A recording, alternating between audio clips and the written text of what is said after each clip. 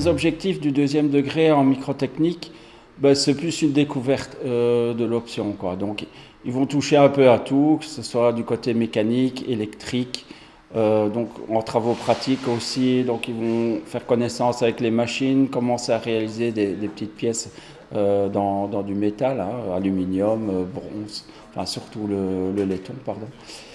Et donc, ils vont aussi découvrir le côté montage, démontage. Donc, on est dans des choses basiques. Donc, ils découvrent le côté technique en industrie, par exemple. Au troisième degré, là, c'est le step au-dessus. Donc, on va approfondir toutes ces notions-là qu'ils auront acquis en 3 et 4e par des situations d'intégration où, là, ils vont retrouver des situations industrielles. Donc, par exemple, ce qu'ils auront vu en manuel, bon, on va le voir en programmation. Je prends l'exemple du tournage. Ben, ils vont apprendre à utiliser un tour. Et au troisième degré, là, ils vont le programmer. Donc, ils vont programmer la machine.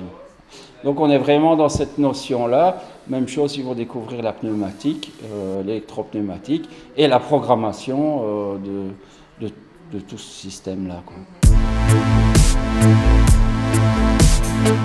Mais il doit avoir une petite sensibilité en maths, hein, parce que en microtechnique, on fait énormément de calculs. Ben, on va déterminer des choses, hein, on va déterminer des forces, on va déterminer des couples, des puissances, etc. Donc là, il y a du calcul. En électricité, on calcule des charges et décharges de condensateurs, des courants, des tensions, des puissances aussi, et tout ça, ça demande du calcul et des notions mathématiques. Alors, il ne faut pas spécialement adorer les mathématiques, mais il faut aimer l'application des mathématiques. Un élève qui arrive en 5e, il doit se dire que on va recommencer de toute façon depuis le début. Alors, il n'aura peut-être pas ces petites notions que les 3 et 4e ont, mais en général, ceux qui arrivent en 5e, c'est qu'ils ont déjà une envie. Et cette envie-là, va permettre à l'élève une remise à niveau très rapide. On peut s'en procurer chez nous, hein, où on donne, enfin, il y a des kits à vendre pour un prix tout à fait raisonnable. Mais ce n'est pas obligatoire, hein. Donc l'élève reçoit la liste, il peut très bien aller faire ses courses lui-même, on va dire.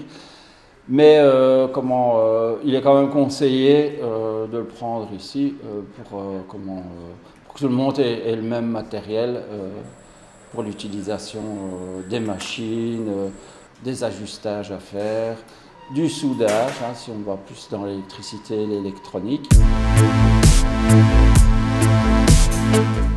Si vous pensez à un métier, quel qu'il soit, derrière vous avez de la microtechnique, que ce soit